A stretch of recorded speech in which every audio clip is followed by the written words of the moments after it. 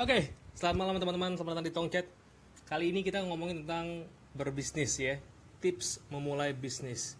Bisnis sekarang lagi rame, orang-orang yang biasanya nggak bisnis jadi bisnis. Orang pengen untuk berbisnis, tapi permasalahannya mereka bingung mulai bisnis dari mana. Bisa jadi mikirin barang-barangnya atau caranya bagaimana, oke? Jadi sekarang ada narasumber yang keren banget di Tongchat kali ini. Ada Dimas, dia masih mahasiswa, tapi dia mau mencoba bisnis. Dan nanti terakhir ada Gemi, dia punya Mikober yang itu udah terkenal banget di Jawa Timur ya. Di Bali juga ada. Kita akan nanya gimana historinya dia memulai bisnis. Oke, yang pertama kita akan ngobrol sama namanya Dimas dulu nih. Mana Dimas nih? Dimas Albert. Kita akan lihat, kita akan dengar ceritanya sebagai mahasiswa. Kok dia canggih banget sih semangat berbisnis. Ya, Halo, lu. gimana? Masih tegang nggak? Iya, enggak, santai. Kenapa sih kalau misalnya diajak ngobrol banyak yang tegang ya? Gue bingung ya, kenapa ya? Ini kayak berasa sama Kick Andy kayaknya ini ya. Oke, perkenalan dong. Dimas ini punya bisnis apa aja hari ini? Yang lagi sedang dijalanin?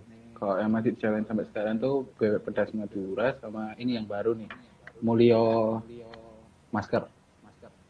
Ada ini nggak Tuh. contohnya? Contohnya ini nih kalau Mulyo masker nih. Tapi nih, Wih, Mulyo Masker, luar biasa. Nah, Bebek Madura itu tahun lalu ya buatnya ya? bebek Madura tuh 2015. Oke, berarti masih SMA dong? Enggak sih, aku sekarang kan udah tinggal ujian. Itu aku apa ya? Awal-awal kuliah. Awal kuliah, oke. Nah, bisa nggak kita ngomongin tentang topik kita hari ini ya? Sebenarnya Oke. tips saat itu, pas awal kuliah, udah mau mulai bisnis, Hmm. itu gimana caranya? Atau apa yang membuat Dimas mau mulai bisnis? Kalau mulai dulu tuh awal banget itu ya, kalau bebek itu gini, kayak ngelihat pertama mama itu jualan gitu kan, bebek di depan rumah, ada warung gitu depan rumah. Hmm, hmm, Terus tuh sepi gitu loh, sepi. hmm, Terus gimana ya ini ya, biar rame. Udah maksudnya di situ tuh udah gimanain supaya orang ke situ gitu kan. hmm, hmm. Tapi tetap aja nggak ngaruh. Oke, ini berarti lokasinya nggak memungkinkan untuk orang datang ke sini. Nah, Oke. akhirnya gimana caranya ini kita yang datang ke orangnya gitu loh. Hmm, hmm, Kita jemput bola, istilahnya jemput bola. oke. Hmm, Nah, begitu begitu coba deh. Aku bawa berapa ya dulu ya? 8 bungkus apa 12 bungkus gitu loh. Bebek itu hmm, aku bawa ke kampus, ke kelas. hmm, Ini cobain ke teman-temanku yang cowok itu. Ini cobain semua. Enak nggak bebeknya ini kalau dijual? Oke nggak gitu. hmm, Oke, responnya baik semua. hmm, Wah, enak ini. Nggak beda. Beda nggak kayak bebek biasanya. Orang-orang gitu. hmm, hmm, Akhirnya ya udahlah mutusin jual ke delivery. Kita buka delivery akhirnya. Nah, udah tuh akhirnya delivery. Itu aku bikin ini Instagram sama Twitter pertama kan. Cuman modal Instagram, Twitter, BBM, masih BBM dulu. hmm. Nah, udah itu aku bikin akun Twitter, belum ngupload foto makanan, cuman logo. Itu udah ada orang ngechat, langsung BBM. Hmm, Mas ini udah buka belum ya? Wah, belum Mbak, gitu kan. Wah, berarti udah ada yang notice nih gitu. Nah, akhirnya oke lah, dadak saat itu maksudnya itu mau buka minggu depan. Akhirnya kita ngebet minggu inilah dibuka gitu. hmm. Ternyata sehari itu mulai kayak 10 besoknya naik gitu. Ya udah akhirnya sampai terus sekarang. Oke. Berarti dari awal tujuannya Dimas tuh sebenarnya mau bantuin ibu ya? Benar itu sih pertamanya Bantuin banget. ibu, kayak tempat yang gak bagus, akhirnya kamu berpikir bahwa wah nih kita harus jemput bola nih, kayak misalnya Ya, buat tadi sosial media atau tawarin ke teman-teman. benar. Nah, pas dengan sedikit cara yang maksud gue itu mungkin masih cara yang masih simple ya. Ya kan Simple. belum yang kayak promosi kemana-mana nggak ada gitu kan. Belum. Berarti memang sebenarnya pada dasarnya makanan ibu emang enak, udah enak banget ya. Iya, bisa Sampai dibilang gitu orang-orang sih. pas nyobain udah kerasa beda Ah, gitu ya. betul, betul. Nah, terus setelah Dimas mau bantuin dan ternyata rame, respon ibu gimana? Kayak misalnya, wah, kok kamu mau tambah jualan sih atau gimana? Nah, itu sih kan sebelumnya aku udah pernah usaha kan. Terus kayak akhirnya nyoba usaha makanan. Hmm. Terus ternyata makanan oke juga ya. Maksudnya putaran uangnya cepet gitu loh daripada aku usaha sebelumnya. Nah, dari usaha itu terus mamaku terus gini. Ya udahlah kalau emang bisa jualin, kalau emang serius mau jadi pengusaha mau tuh gitu. Ya udah diniatin gitu loh. Oke. Diniatin Oke. enggak jangan setengah-setengah. Ya itu sih Oke. kayak gitu. Berarti ada dukungan dari orang tua ya? Ada. Oke. Oke, Ini itu ada kok. yang nanya nih, Okta nih, nanya ke Dimas. Gimana cara Dimas naikin skala produksinya? Mm-mm. Pasti kan dari awal cuman dikit, Mm. sekarang udah mulai banyak. Nah, saat itu gimana cara naikin skala produksinya? Akhirnya udah mulai melunjak kan. Aku sampai nggak bisa ngatasin Melonjak, bukan melunjak, melonjak. melonjak ya. Sehari itu orderan bisa langsung yang awalnya 10 Hah? itu 100 sehari. 100 hari. 100 hari dan itu aku cuman sendiri. Aku ngirim sendiri. Oke. Oke, itu pertama masih bisa ngatasin. Jadi aku dulu Heeh. tas di depan, motor itu tas di depan, tas belakang, sama tas di bawah. Itu. Oke. Itu jadi aku dulu itu ngirim jam 11 sampai jam 12 siang. Udah itu aja ngirimnya. Hmm. Sore udah nggak ngirim, malam udah nggak ngirim. Oke.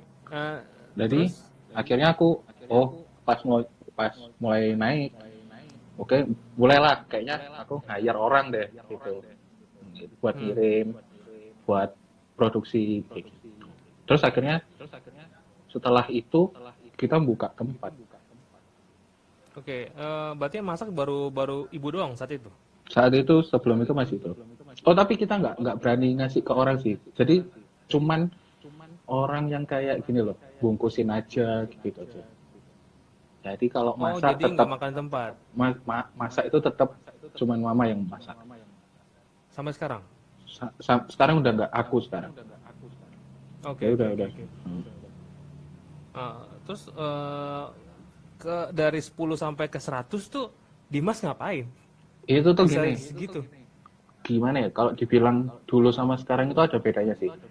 Kalau Dulu dulu gimana? tuh gini, orang itu kayaknya masih sama sosmed tuh masih kayak hal yang baru dan apa ya? Online order itu kayak wah Seru ini gitu ya. seru itu, betul. Heeh, Nah, heeh. pas momennya itu aku itu ingat aku dulu ngasihkan ini. Kalau boleh sebut ya itu kayak Malang Kuliner gitu-gitulah. Akun-akun gitu kan. Oh, itu langsung bener-bener apa ya? Berpengaruh gitu loh akun-akun itu. Oh, jadi kamu tag akun-akun itu? Aku gini, aku iseng kayak Mbak bisa nggak aku ngirim gitu-gitu. Oh, Kirim sampel ke mereka. sampel tes aja deh. Oke, oke, oke, oke. Terus mereka kayak ya udah kirimin aja berapa gitu. Aku kasih. Responnya baik. Dia sendiri bilang kalau emang enak. Hmm. Enggak. Nah, dia responnya enak. Nah, setelah itu baru melonjaknya. Melonjak. Melonjak bukan melunjak. Melonjak penjualannya. Betul. Gara-gara Oke, itu oke. sih. Oke, berarti saya dapat nih. Berarti mungkin kalau dari saya lihat ceritanya Dimas ya, tips memulai bisnis itu tadi pasti ada tujuannya apa? Tadi Dimas kayaknya emang pengen ngebantu orang tua ya. Itu pertama. Gue Iya. rasa itu berkah utama tuh bisa tiba-tiba meledak gitu kan. Nah, terus tadi tiba-tiba bukan nge-push di sosial media ya. Dulu mungkin kamu masih ingin kayak ngasih kerjasama nih Bu, saya kasih Iya. Benar, lebih ke makanan, gitu. nanti tolong di review ya. Iya. Kalau oke, diposting kayak atau apa gitu kan. Sama kayak gini kalau ke kantor tuh aku kayak ke teller bank gitu ngomong ke orangnya. Mbak suka bebek nggak gitu kan. Kalau suka besok aku kirimin gitu. Kayak gitu. Dulu itu Tapi kayak nggak gitu. bayar dia. Enggak. Pokoknya aku pengen orang nyoba dulu lah. Oke. Gitu. Nah, ini ada yang nanya nih dari Novaldi Putra nih. Gimana caranya nge-push promosi di sosial media saat itu? Kalau saat itu ya tadi aku bilang ya bedanya dulu sama sekarang ya. Kalau dulu aku ngasih gitu aja atau endorse gitu. Itu langsung orang langsung bakalan notice kayak, oh ini enak nih, cobain besoknya. So coba gitu. Kalau sekarang tuh kayaknya susah sih kalau mau push kayak gitu ya. Karena Kayak udah dulu banyak lagi. banget. Karena sudah banyak banget. Mungkin pun orang juga keliat akun gitu juga, oh ya udahlah gitu. Kayak sekarang gitu. Kalau mau dibanding sekarang sih kayaknya perbanyak tester mungkin ya kalau sekarang tuh. Orang tahu dulu rasanya lah gitu. Kalau Oke, sekarang oke. tuh ya. Oke. Oke. Jadi emang kalau misalnya kalau menurut Dimas perilaku orang pakai sosmed dulu sama sekarang tuh berbeda gitu kan. Dulu Bener, mungkin lagi bener. happening orang-orang masih tertarik belanja makanan di Online. Ya. online. Mungkin sekarang tertarik gitu, tapi karena Heeh. sekarang itu banyak Banyak banget banget bener. sehingga mereka akhirnya punya kurasi yang cukup ketat. Mana yang paling banget dia pengen nyoba gitu kan. Kalau dulu mungkin ada yang baru coba, dulu ada yang baru nyoba gitu kan. Nah, tapi menarik gitu sih. Saya setuju kalau misalnya kamu ngasih coba sampel ke orang-orang yang bahkan orang nggak kenal, kayak misalnya Mas Iya. KBP nggak Iya. mau saya kasih gitu. Itu unik sih. Nggak merasa rugi saat itu. Sebenarnya itu target sih mas. Kayak gini. Kan kita bisnis juga pasti mikir target kita siapa. Kita jualan ke siapa. Target pasarku dengan usaha jual PP itu pasti yang beli orang kantor, iya nggak sih? Anak kuliah Kampus mau agak sulit. agak sulit. Walaupun saat itu BP ku satu porsi 10.000, itu murah banget kan. Nah, tapi aku tetap pasarku orang kantoran. Nah, gimana caranya aku tembus orang kantoran? Ya itu tadi. Jadi aku ke kantor, misal enggak sih, aku maksudnya kayak aku pas ke bank promosi, tapi promosi ya ngasih sampel gitu-gitu. Oke. Jadi kamu secara nggak langsung ngelakuin promosi secara offer gitu sesuai dengan target dari Target makanan. dari, Jadi kita harus iya, punya target betul. ya. Misalnya kita Punya punya target. makanan A. Ini untuk siapa nih, mahasiswa, anak sekolah, apa keluarga gitu kan? Betul. Ya mungkin kalau misalnya kamu targetnya anak kuliah, bisa jadi nanti kamu muter-muternya ke kampus-kampus kali ya? Ya kayak gitu. Oh, oke. Sekarang masih jalan nggak bebek Bebek pedas Madura bebek pedas Madura? masih kita Masih jalan? cuma ngelayanin kayak gini. Kalau pandemi ini aku ngelayanin kayak beli ekor, per ekor, frozen gitu. Oh, karena nggak bisa makan di tempat ya? Betul. Oke. Terus sekarang lagi sibuk juga dibuat masker apa Ya. Mulio ya? Mulai benar. Nah, Ini apa nih? Kayaknya apa namanya lagi momentum aja kali ya, iseng-iseng aja kali iya, ya. momentum. Betul. Kalau Tapi langsung kalau pun bisa kalau lanjut nggak apa-apa sih. iya nggak apa-apa juga sih. Kata Andre, tipsnya jangan banyak-banyak, ntar dipakai sama Tong Food. Gak apa-apa Andre, sharing is caring. Oh iya, sharing. Oke, Dimas, thank you banget obrolannya malam hari ini. Oke. Ini kalau misalnya boleh saya review lagi gitu ya, ternyata ada tambahan lagi tuh. Jangan lupa kalau kita mau bisnis itu tujuannya buat siapa dulu ya. Ada tadi tuh disebutin kan buat siapa dulu. Terus kalau bisa promosi untuk sampel cobain itu boleh banget karena menentukan kalau makanan mungkin kayak orang tahu enak apa enggaknya itu gimana, kalau udah tau enak kan mungkin dia nextnya udah pasti mau pesan lagi betul ya. Betul. Iya, dan yang pasti itu ya kalau mungkin door to door itu ternyata masih perlu ya. Oh, sampai sekarang kayaknya kalau sekarang Sampai tuh sekarang masih itu perlu yang ya? paling ngaruh. Iya ya. Sosmed mungkin dukungan nih, tapi door to door kayaknya harus dilakukan ya. Dari orang terdekat minimal. Oke. Siap. Terima kasih Dimas untuk obrolannya. Sukses terus untuk bebek pedas Madura ya. Ya, jangan lupa kalau misalnya saya ke sana ke Malang nanti saya cobain ya. Siap. Bilang aja. Oke. Bye bye Dimas. Oke, Thank makasih. you. Yuk. Oke. Itu Dimas, anak kuliahan yang udah mau mencoba bisnis, awalnya membantuin orang tuanya. Keren banget, men. Nah, yang kedua ini ada salah satu pengusaha muda yang keren banget. Namanya Gemi. Ini sejarah dia berbisnis tuh menarik banget lah, dari tukang nasi goreng, coba jual mie sampai dia punya sekarang berbagai restoran di Jawa, Bali. Hai Gemi. Hai Sa, hai. Apa kabar? Hai people, selamat Halo. Mau request lagu apa mau kirim-kirim salam nih? Ya ampun, Gemi. Jadi Gemi sama saya ini pertama kali ketemu di radio ya. Aku siaran, Gemi denger-dengar, kirim-kirim salam. Akhirnya kita ketemu untuk nyobain makanan dia, nasi goreng Tokyo kalau nggak salah. Wah, Pojok Tokyo ya? Pojok Tokyo. Nasi Pojok goreng Tokyo. balado waktu itu. Yoi. 2006 ya, 2006. 2006. Nah, sekarang Gemi lagi sibuk ngurusin mie Kober, di mana sekarang cabangnya udah ke berapa game? 10 ya cabangnya? Ke 25 sekarang. 25 cabang. 25 cabang di Jawa Timur sama Bali.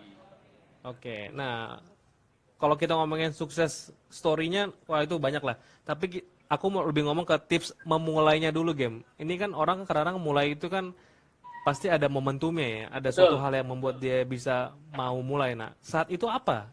Bisa ada mie Kober. Jadi waktu itu kita masih belum ada Mikober, kita masih belajar bisnis juga sama waktu itu ada PSK, Apa tuh? PSK, pedagang sepatu keliling. Iya.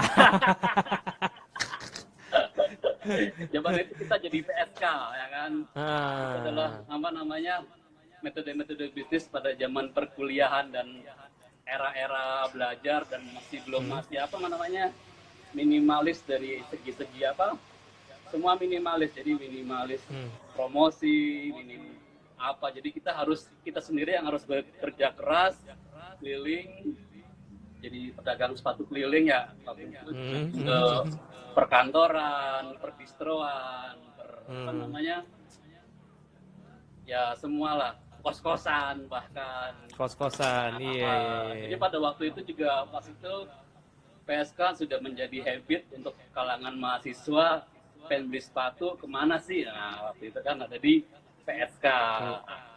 Seiring perkembangan PSK itu akhirnya menjadi sebuah wadah, menyediakan Wadah, tempat oke. kiranya emang untuk apa anak-anak yang pengen Nongkrong. tampil hits pada zaman 2008 itu kan nggak ada hits merek-merek yang kayak sekarang yang apa-apa. Jadi waktu itu ada guru saya ya dari Jakarta, itu ketua Jakarta Student Community. Ketua Buset, student- ini cerita-cerita lebih dulu lagi nih sebelum adanya mie Kober nih, mie setan ya. betul. Nah, nggak, Kita nggak langsung kita coba nggak langsung lahir menjadi kayak sekarang ini kan butuh proses sama proses. iya. Nah, Kayak saya sudah mengalami coba kita kegagalan di pojok Tokyo. Nah, jadi kita sih sebelumnya sebelum ada kayak gini, kita sudah lahir dulu menjadi habit sebuah icon gaul pada zaman itu, yaitu ruang pamer. Waduh. Oke. Nah, Ruang terus pamer. dari situ emang ada cerita tiba-tiba bisa jadi mie ayam. Ada. Jadi waktu itu sudah aktif di ruang pamer. Setelah aktif di jam-jam 9 sampai jam pagi kan kita kan banyak waktu terbuang tuh sebenarnya kan ya. Tutup toko, nggak ada kegiatan lagi. Akhirnya nongkrong lah di SOB tiap hari. Nongkrong di SOB, di kafe-kafe, perkembangan kafe. Malah waktu itu masih belum rame, waktu masih zamannya SOB, terus Ria Cenaka, Coffee Story, nah gitu. Dan terus waktu itu kita udah punya habit komunitas, tempat nongkrong teman-teman juga. Bikinlah satu tempat yang sekiranya orang nggak jauh-jauh banget nongkrong dari ruang pamer ke lingkup-lingkup aja, karena itu kan ruang pamer pada waktu itu kan sudah jadi masa tempat perkumpulan anak-anak muda, icon gaul waktu itu ya. Jadi anak-anak kuliah, anak-anak udah sering-sering banget nongkrong di ruang pamer. Jadi waktu itu kita Isak juga punya toko ruang pamer itu punya karyawan yang semuanya anaknya orang top semua, anaknya jenderal jenderal kepolisian, semua direkrut untuk jadi store itu. Nah dari situ kita membaca peluang. Nah ini udah habit udah banyak nih, kita daripada banyak waktu terbuang, akhirnya kita bikin kayak warung lesehan waktu itu di depan toko. Sorry gue potong ya. Berarti sebenarnya tips memulai dari game itu bisa lihat karena ada sebuah komunitas yang tercipta ya awalnya ya. Ya, jadi kita bikin habit dulu, setelah udah habit terkumpul, kita ngeluncurin produk apa aja gampang pemasarannya. Oh, berarti mie itu bukan jadi kayak tujuan utama, maksudnya bisa aja kita jual apa aja sebenarnya. Sebenarnya jual apa aja, kita udah jual apa aja sebenarnya waktu sebelum ada mie juga kita udah bisa jual apa, kan udah buka minibar, jadi kita bikin waktu itu kan bikin minibar, jadi orang-orang masih belum rame-rame apa, bar itu udah bikin minibar gitu kan, gitu. Jadi minuman-minuman yang sedikit alkohol itu kita bikin di situ. Nah, jadi udah komunitas udah terbentuk nih, pasar udah punya, jadi nunjukin produk apa aja kan lebih mudah jadinya. Oke. Nah, pertanyaannya gimana caranya ngumpulin tadi habit komunitas, jadi bisa jadi kayak peluang. Gimana Ya, caranya? kita memberikan apa namanya fasilitas untuk teman-teman komunitas. Jadi kalau waktu itu kita masih zamannya fiksi. Kita fiksi, menyediakan oke. tempat nongkrongnya, terus rumah kumpulnya sekaligus bikin kayak kafe, terus warehouse-nya, terus apa bengkelnya sama tokonya juga begitu. Komunitas sudah banyak kumpul, terus udah launching produk apa aja nih, lo punya produk ini nih, ayo coba sebar makan. Wah, jadi Oke. Berarti segitu pentingnya ya namanya komunitas yang habit yang kita ciptakan sehingga kita mau jual apa aja sebenarnya bisa aja ya. ya aset terbesar kita yaitu teman-teman komunitas itulah. Aset terbesar kita. Ya, Oke. ya, Nah, jaringan sekarang kan gaming kan dan komunitas itu teman-teman itu. Begitu. kan sekarang kan lo udah buat mie kober ya, 25 cabang gitu kan. Nah, mie kober itu kan sebenarnya mungkin orang bilang ya itu kan mie ayam hampir mirip dengan kebanyakan kan. Misalnya mirip lah dengan produk lain gitu. Nah. Ini khas Malang. Ini khas produk Malang. Cuman karena kita kreatif, produktif, kita modifikasi lagi. Dan modifikasi. Jadi, karena yang sekiranya waktu itu belum ada zaman-zamannya makan makanan pedas kan. Waktu itu kan 2010 kan masih belum ada jual-jual makanan pedas. Akhirnya kita bikin yang mie yang pedas gitu. Level-level gitu, jadi memang saat itu belum ada, tapi karena kita harus kreatif, produknya walaupun sama, tapi tetap bisa bertahan ya. Betul. Oke. Ini kata Andre, Dut, kenapa nggak duduk aja, Dut? Kenapa diri? Kerja, Andre, nggak boleh duduk deh, kerja. Itu enak, nggak kerja leher rebahan. Bikin kopi nih, Andre, jual kopi. Oh ya, ada Halo Bremi, ada Jimbon. Wah. Woi. Pak De Ivan, mana ada Ivan? Wah, Ivan, Pak De Ivan. Ada Pak De Ivan. Oh, rame nih. Pak De Ivan, Tong. Kita harus salim juga nih Pak De nih. Wah, Pak De luar biasa, bos. Bos kita itu. Requestnya apa? Aku request Naida. Oke, Game. Kalau misalnya tips dari kamu apa, Game? Kan kalau buat banyak juga nih anak-anak yang mungkin mau coba bisnis, apalagi di pandemi kayak gini nih. Apa tips kamu, Game? Ya, kalau sekarang kan emang lagi zaman pandemi gini kan banyak apa? Ada bisnis yang emang terpuruk, ada bisnis yang emang melejit dari keadaan ya kan. Kayak keadaan kan kayak bisnis kayak alat-alat APD itu kan seasonnya kan emang lagi dibutuhkan masyarakat. Nah, jadi kita harus bisa membaca peluang-peluang yang sekiranya setiap kali ada. Kayak sekarang kan lagi musim juga orang-orang aktif jualan di kitchen. Jadi semua lagi pada aktif bikin kitchen tong food juga. Jadi kita kalau bicara masalah konspirasi bisnis, jadi Aduh. Gitu. Wih. Ntar lu, Game, ini ada anak gua nih. Anak udah 2 ya kan. Iya, bro. So, Om Gemi. Om baru punya anak Gani, Satu, Gani. Salam ya. Siap. Gemuk banget kayak lo, bro. Apa? Gemuk kayak lo. Iya, bro. Apa namanya? Lucu. Baru 7 bulan udah 10 kilo sekarang beratnya. Buset. Itu loh Pak D belum ngerasain tong food katanya. Oh iya, nanti aku coba buka di Malang ya Pak Ade kalau ada budgetnya. Nah, sekarang bisnis yang lagi menggiurkan itu adalah seperti apa namanya frozen food. Nah, itu sebagai Frozen apa? food. Apa peluang? Oh, Peluang. ya jadi orang malas masak, akhirnya dia Malas tinggal masak, di rumah gitu ini ya. akhirnya dia menyimpan stok food untuk kebutuhan di rumah. Kalau sewaktu-waktu ini itu mungkin motivasi buat teman-teman juga yang pengen memulai. Ini adalah peluang. Itulah share dari apa peluangnya yang bisa dibaca sekarang, yang bisa dibaca. Karena kita nggak tahu berapa lama akan terjadi seperti ini gitu kan. Iya sih. Gitu. Tapi menurut Gemi kalau misalnya kayak zaman sekarang masa pandemi masih baru mulai bisnis itu nggak masalah. Nggak masalah itu nggak masalah. Itu ada peluang di balik pandemi, ada peluang. Cuman kitanya aja yang harus jeli membacanya. Apa peluangnya itu? Ya itulah. Ada sekarang kan pandemi ini kan ada yang emang lagi di rumah aja, ada orang yang jadi konsumtif juga kan ada juga. Konsumtif artinya dalam artian temen jualan ini beli, temen jualan itu. Iya. Betul juga sih ya. Bukannya hemat malah tambah orang malah boros juga ya. Iya. Ada yang boros, mengambil peluang di situ. Nah, kita lihat di situ. Ya oke deh. Gemi, terima kasih banyak obrolannya. Oke. Ya, seru banget sih. Maksudnya kalau tadi baru ada yang dengerin ya. Jadi yang pertama adalah kita harus ciptain dulu komunitas atau habit dari teman-teman. Jadi nantinya apapun yang kita jual itu ya bisa aja langsung laku sama mereka gitu ya. Ya kayak ruang pamer kan toko sepatu.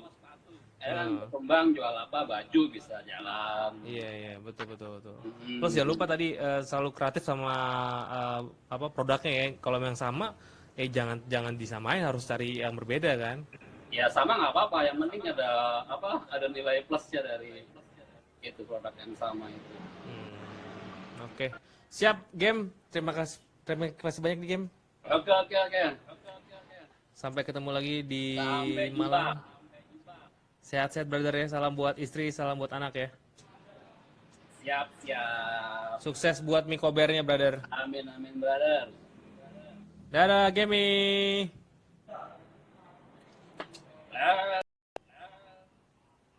Wow, seru banget ya ngomong sama Gemi sama Dimas juga. Jadi yang kita pelajarin hari ini adalah banyak banget. Pertama, kalau misalnya lo mau bisnis, pertama tadi kata Dimas adalah ya udah lo tujuannya mau apa, harus jelas ya. Mau misalnya kayak barang ini untuk segmen apa harus jelas, terus niat juga untuk door to door kata Dimas gitu kan. Terus yang bagus dari game adalah kita harus mikirin juga komunitas atau habit dari teman-teman nih ya. Sehingga target pasar kita awal itu adalah mereka ini. Apapun yang kita jual mudah-mudahan ya pasti laku aja. Oke, thank you buat yang sudah stay tune. Ada Yudi, Jordan, Jimbon juga, Sulis, Irfan, Andre, Pade juga, Hel, Tia. Waduh, rame banget nih pokoknya nih. Nanti buat yang mau tahu rekamannya akan gue coba save dan share di YouTube atau Facebook ya. Dan jangan lupa nanti hari Sabtu gue mau coba lagi buat topik yang seru. Jadi jangan lupa juga untuk follow Instagram saya di @ishaqtongtong. I'll see you guys. Thank you. Bye bye.